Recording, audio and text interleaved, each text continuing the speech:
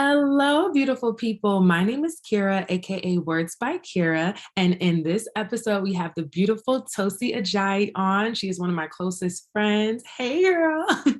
And Tosi has her master's degree from NYU. She's an entrepreneur. She works in public health. She's just a boss, boss babe, in my opinion. And today we are going to be talking about cannabis advocacy. She started an organization at NYU that does this type of work. And I think it's important to highlight people that are advocates and working to make a more fair and just society. So if you want to hear about what she's doing and how you could possibly learn more, then definitely get into this episode. So Tosi, for the people that don't know you, I'm sure a lot of viewers know you because we have a lot of the same friends. And but for people that aren't familiar with you, can you tell us a little bit about yourself? Absolutely, Kara. I'm so excited to be here. Just first and foremost, thank you for allowing me on your platform. You're spreading so much positivity into the YouTube world and beyond. So just thank you. And you are one of my closest friends. We've known each other since we were in middle school. And it's just beautiful to see how our relationship has developed over the years. So I wanted to first and foremost say that. But a little bit about me. I'm Tosi Ajayi. I'm Nigerian American. I was raised in Brooklyn, New York. I consider myself to be a native New Yorker, but I moved to New Jersey in middle school, and I've lived here for almost half of my life, which is when I met Kira. Some other things about me: I'm Christian. I am a nonprofit professional, as Kira mentioned. I earned my MPA in nonprofit management and leadership from NYU Wagner School of Public Service. And I am a dedicated cannabis advocate. So I founded NYU Cannapolicy, which is a student group out of Wagner. And I currently am still very active on the board. I've come up with a role. I'm an alumni advisor to the group, and we're all committed to advancing responsible cannabis legalization. Specifically, we focus on New York, and we want to be part of the federal conversation because, as people may know, cannabis is still federally illegal. So we'll talk more about that, I'm sure, as the interview goes on. But apart from that, I also own a CBD company named Holistic Remedies with my partner. And I also, very new, just this September actually, became a board member for this nonprofit called New York Small Pharma, based out of New York. They focus on shedding light on the environmental consequences of bad policies that are implemented in the cannabis industry. Essentially, their goal is to advance social equity and environmental regeneration. I know I'm putting some really big words out there in New York to make sure that we grow cannabis in a way that's suitable for the environment and is equitable. So I know that was a mouthful. But such a great mouthful. It's like, wow. A little bit about me. Yes, thank you for sharing. Wow, you are so involved, being such a leader. So, what made you want to even become a cannabis advocate? Like, what really motivated you to get so involved? Well, if I'm being completely honest, I was introduced to cannabis when I started, pretty much as I was about to enter college. And I started to meet friends in college who would use cannabis. And I was also, as some of you may know, I'm very influenced by hip hop and culture and fashion. And I just loved the cannabis culture. Like I loved Wiz Khalifa and I loved, just ASAP Rocky and just this is how I initially got into just the cannabis culture. Really, as I started to partake more in it, I noticed that there was this negative stigma against people who partake in cannabis culture. And particularly, I had a really strong pushback from my mother. And I, because I was involved in that culture, I understood that these people were just regular people like everybody else, and that there was no reason to have this completely negative stereotype. Some of the common ones are lazy, not productive. I mean, I just went through a laundry list of all the things that I'm doing. So that combats it in just that one way. And long story short, I'm really passionate about humanizing cannabis use and destigmatizing the plant. So the more I was involved in the culture, the more I became passionate about dissuading those myths. Cannabis is a plant that's been used medicinally for centuries, tons of medicinal qualities, and it's been abused. The truth about the plant has been abused, is entangled with racist policies, white supremacy, and it really impacted a lot of BIPOC communities in this country, and I'm sure beyond, for the purposes of white supremacy. So that's something that I definitely try to talk about, and I'm really, really passionate about it. So. Yes. Wow. Thank you so much, Chelsea, for being so open. And you're absolutely right. Like, I feel like, especially for older generations, like they've literally been taught, like, it's so bad for you. It's so negative, and it's not a negative thing. Like, I know so many amazing people that partake in cannabis, and it doesn't mean that you're going to have this destructive or negative lifestyle. Like, it's really just lies in trying to control people of color, have them locked up. And I hear you, girl. And I'm so glad you brought up those points. Are you, and the people that you work with, is that also like a main reason why you're trying to be involved in like these policies so that they're not negatively affecting people of color, and having them have like way higher sentences or sentences at all? Like, is that a very big motivator for why you're getting so involved?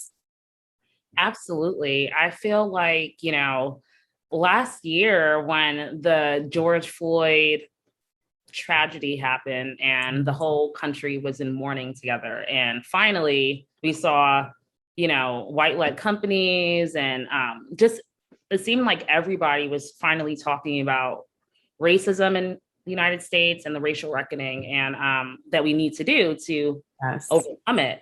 And I was sitting here and saying, like, cannabis is one of those topics that directly can impact or directly can disrupt racism towards our communities. Like, there's economic opportunity for Black and Brown folks. Even though cannabis isn't legal, we know that there is a unlicensed market that is very full and thriving. And, a lot of people have been distributing cannabis for so long and are being penalized by it, incarcerated. Mm-hmm. Black people are 3.7 times more likely to be arrested for a cannabis related crime than whites, despite similar usage rates. So there's economic empowerment that's tied to cannabis. There's criminal justice reform that's tied to cannabis. Let's release the people who are in prison for cannabis. There are, there's ways in which directly supporting this cause, you're helping to alleviate some of the traumas that our communities have faced. Yeah. So yes, yeah, and that's one of the main drivers for me, like, of why I'm so passionate about it. Like, look, guys, like, this specific policy issue is actually a ticket to alleviating some of the big traumas that we talk about in this country. It's also something that is a leverage point for policymakers, because there's tax revenue that could be tied to the sale of cannabis. So essentially, everybody, policymakers, the community members, like advocates, everybody is like centered on this one topic. And it is an opportunity for us all to work collaboratively to make a better outcome. Thank you for explaining. That was really good. I was like, oh, yes, let's bring up all the different ways it will benefit people. Yeah. Yes. So I mean, that's like the cannabis industry is one of those industries where it's nascent in its form. So we have thriving or we have established jurisdictions within the United States, like let's say like California or Portland or Colorado, Mhm. and now New York, right? Because we legalized cannabis in March of 2021. There's all these different pockets of areas where cannabis is legal, and we're trying to figure out the best way to, you know, put justice and equity first in the law. Yeah. But we are in a country where it's federally illegal, and there's so many different opinions about it that it just makes it a very interesting case study. And like people need to realize that like everybody who's speaking about it, everybody who's contributing to the cause right now is actually really developing what the industry is going to look like over the next like 20 to 30 years. Like Yes. we have the power right now. I mean, I'm kind of on a wave right now. So I'll just continue that. I was once speaking to another professor or a professor at NYU, and he was putting it into perspective for me, like if advocates were speaking up before the 1994 crime bill was passed, we probably wouldn't have seen the trauma to the extent that we did over the past like 20 years, because people kept their mouths quiet. They might have, I mean, I'm sure they were advocates. I'm not going to say that they weren't advocates, but they weren't getting the platforms. Yeah. Like if people were beating on the doors and, speaking up and signing petitions and writing to the government officials and XYZ, we potentially could have had another outcome. So it's kind of like the same thing, right? Like if there's states that are passing cannabis laws right now, we already know that the former practices have been steeped in racist policy. It's important for all of us to be beating the drum and fighting back, now, because if we don't, what is the next 20 years going to look like for our people? Exactly. And you don't want people to just only serve their needs and whatever their goals are. And we're not thinking about the people. And once again, now we're in a position of unfair treatment that could negatively affect our communities for years and years and years. So I appreciate you doing this work and everybody else who is involved. And I just think it's really important. And it's funny that, when you were talking about like how from when you were, about to go to college, you were into like the cannabis culture. And I'm really curious, like how you went from just kind of being into the culture and feeling like, oh, this is something that makes me feel good. It's something fun I can do with my friends to now I want to literally start an organization at my school and really be a leader. Like what made you decide to start your organization at NYU? Yes. Well, that's kind of there's a short answer and then there's a longer answer. So I guess I'll start with the short answer, which is that, NYU Cannapolicy is an extension of the first cannabis club that was started at NYU, NYU Cannabusiness. It was founded in 2019 by my friends, Katrina and Brandon. And they had this goal of having a four-pronged approach to addressing like the nascent cannabis space and developing it in a responsible way. So they thought about how to intersect this from the perspective of law, the perspective of health, the perspective of business, and then of the perspective of policy. So when I was in, studying for my master's degree, I saw this call come through about the Cannabis Club that was actually taking place in another school. I was in Wagner and this was in the business school. So I was like, oh man, there's a cannabis club on NYU. I need to be involved. I don't know that I can actually join this club because I'm not a business student, but I'm going to try anyway. So I went to their interest meeting and I introduced myself, how passionate I was. By that time, I had already had my CBD company, Holistic Remedies. So there was something that I could, present to them as having experience. And I talked to them about how passionate I was about destigmatizing the plant and wanted to get involved. And they extended me a position called the vice president of NYU Community, which was basically to it was a role that leveraged the relationship with cannabis business with other schools. And it was kind of the perfect segue for creating Cannapolicy at Wagner, because I was the VP of community. So once we all kind of talked about Cannapolicy, I began my petitioning for the group. So that was pretty difficult. I had to find a professor to be a student advisor. And I also had to get over 50 signatures from Wagner students. Luckily, we were able to also supplement the signatures from Wagner students with signatures from all over the school. We got over 200 signatures in support for starting this group. And in 2020, right before I graduated, it took about a year to get all the paperwork and approvals done, but I founded Cannapolicy. And I stayed really heavily involved because, number one, it was kind of like my baby. I worked so hard to get it passed, and I was so passionate about our mission, which is really to share educational resources and tools to rebuild communities harmed by prohibition and positively impact the development of the nascent cannabis industry.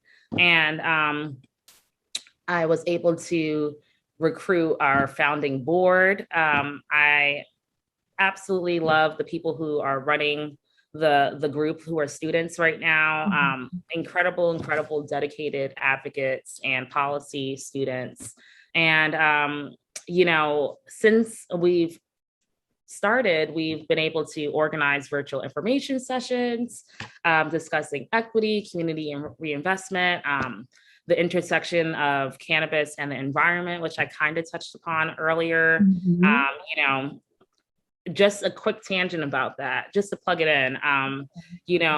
Growing cannabis takes a lot of resources, energy, especially when you're growing it indoors. I would say outdoor growing can be harmful if not done in the right way, but at least when you're growing a plant outside, the plant is also forming I believe carbon dioxide, which is helping to offset some of the environmental implications. So we had an event about that. We try to talk about many different policy areas within cannabis. And then, we also love to partner with like-minded community organizations within New York, see if we can help them by signing on an open letter that's to lawmakers, or joining a call to talk about our own personal experiences with cannabis to help shape public perception of the plant. So that is, I guess that was the short version.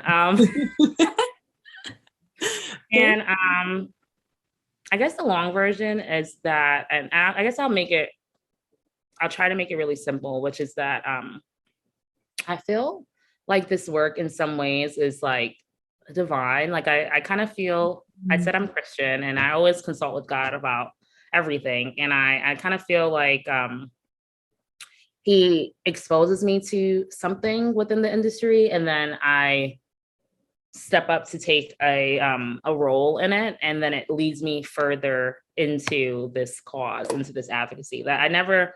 If you asked me when I was 20 years old if I would become a cannabis advocate, I would have probably said no. But it's one step at a time, and constantly checking in with God to see if I'm making the right steps forward.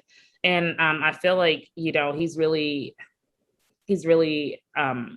assisted me in this, because I don't know how I got into this position that I'm in now. It's just one step at a time. Yes. No, I totally feel you, because Same, like I'm Christian as well, as you know, Tosi, and I pray to God.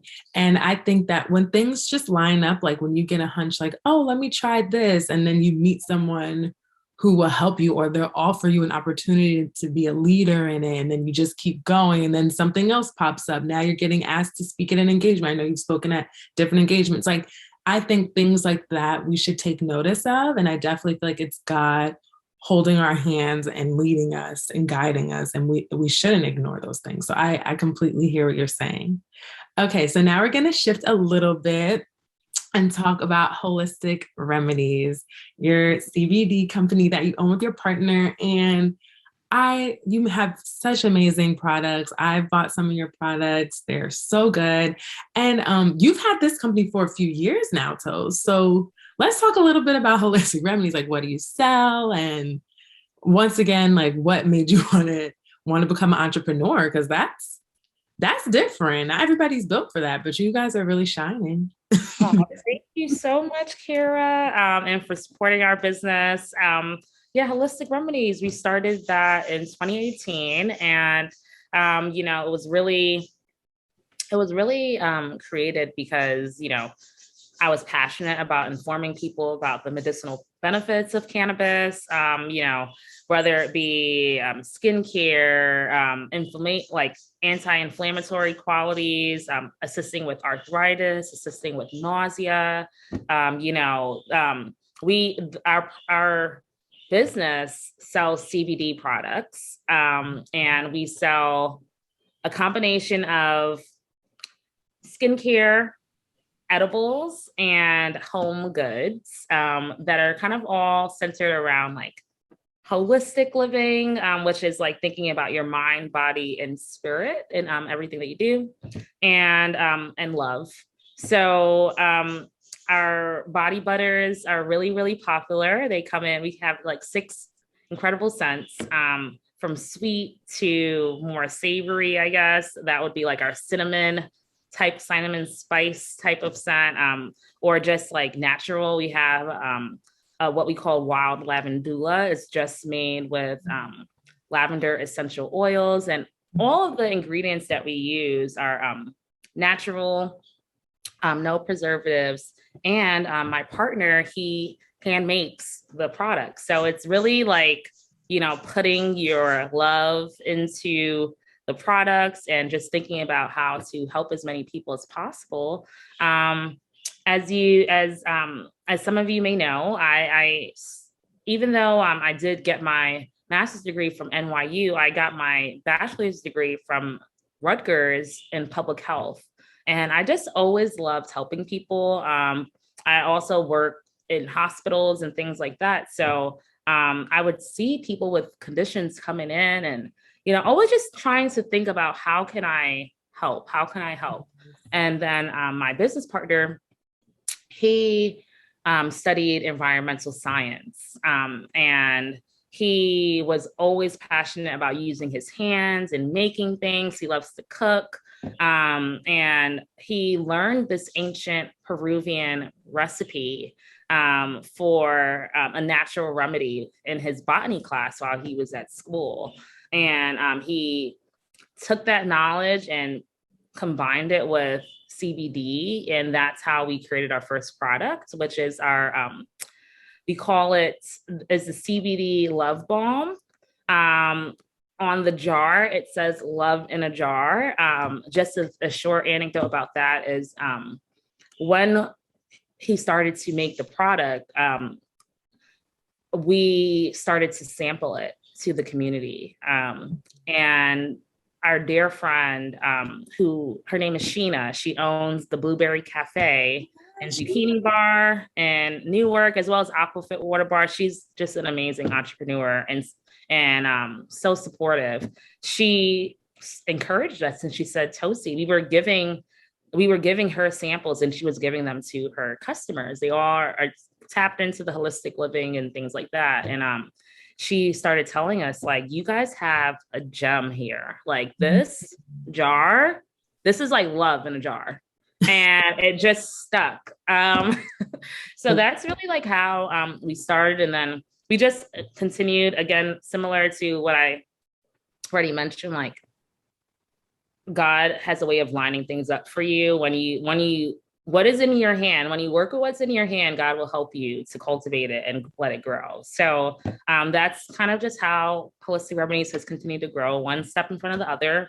And yeah, I'm really happy. Please check us out on holisticremedies.co, holisticremedies.co. And our Instagram is holisticremedies_LLC. So we hope to see you there.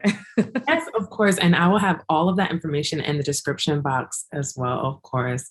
Wow, Tosi, I love hearing about your journey. I love learning. It's literally like you're in all these different avenues, highlighting and advocating for cannabis, CBD. Like, it all makes sense. And I'm just so proud of you.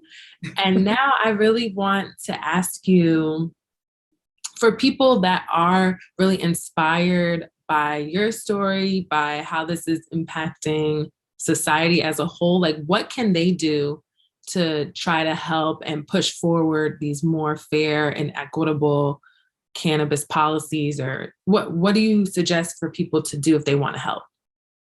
Thank you so much, Kara. I love this question because, as I mentioned, everybody really can be putting some sort of hand to this incredible opportunity to impact racial justice and economic opportunity and the environment and so many other policy areas. But I would say plugging into the information sessions that are happening right now, like keeping your ear close to what's happening so that you know where you can intervene and where it makes sense. Yes.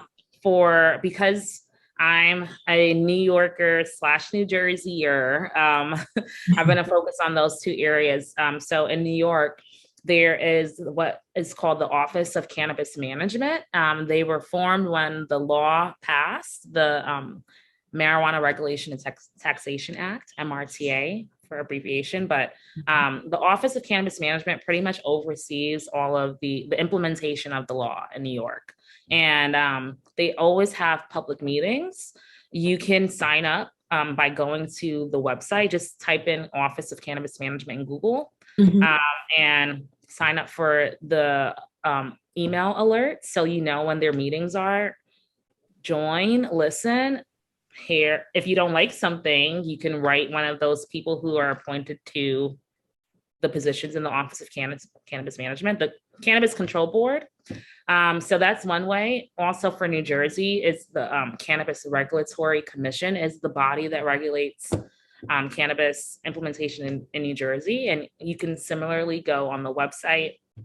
I think it's nj.gov /cannabis, but if that doesn't come up, just go to Google, type in Cannabis Regulatory Commission, and it'll take you to the website, sign up for their alerts so that you know when meetings are happening. You can also, there's so many webinars happening from like groups like NYU Cannapolicy, just so many different organizations are putting on free webinars and information about what's happening. Listen to those. You get a lot of ideas. You can also donate to a local organization. You can also vote. Like, guys, I know you've been hearing this forever, but voting counts. Just recently in New Jersey, I voted for Governor Murphy. A lot of people who support cannabis like Governor Murphy because he helped bring that to New Jersey, adult use cannabis. And he almost got voted out. So this past election was super, super close. And I got really nervous. So it's super important to vote for candidates who support what we want. And then lastly, sharing your opinions about cannabis with your friends and family to help continue to shape the public perception of cannabis is very helpful. Kara, you're doing a great thing by even just having this conversation on your platform. So those are some ways to help to support the cannabis movement. You can follow NYU Cannapolicy on Instagram too. We do post things, ways to become involved. We have events. So please just plug in. Yes. Oh, so informative, Tosi. Thank you so much. Like you just have such a wealth of knowledge on this topic, and I can literally like feel your passion and your natural leadership abilities just shine through in so many ways, especially when you're talking about this really important topic. So thank you so much for being on the show, girl. And I really got a lot out of it, and I'm sure our viewers did too. Like this was really good. Awesome. I'm so happy. I would love to help support your channel any way that I can. I know we're also really great friends. So just love this full circle moment, us growing as women and, putting things out into the community. I know, Carrie, you are also a very strong community organizer. You do a lot of activities with women and girls. And encouragement. So thank you for everything you're doing as well. You're so sweet. All right, y'all. I hope you enjoyed this video. Leave a comment if you have, any questions or something to say that's destigmatizing this topic. That would be really appreciated. All right, y'all. Have a beautiful rest of your day. Bye.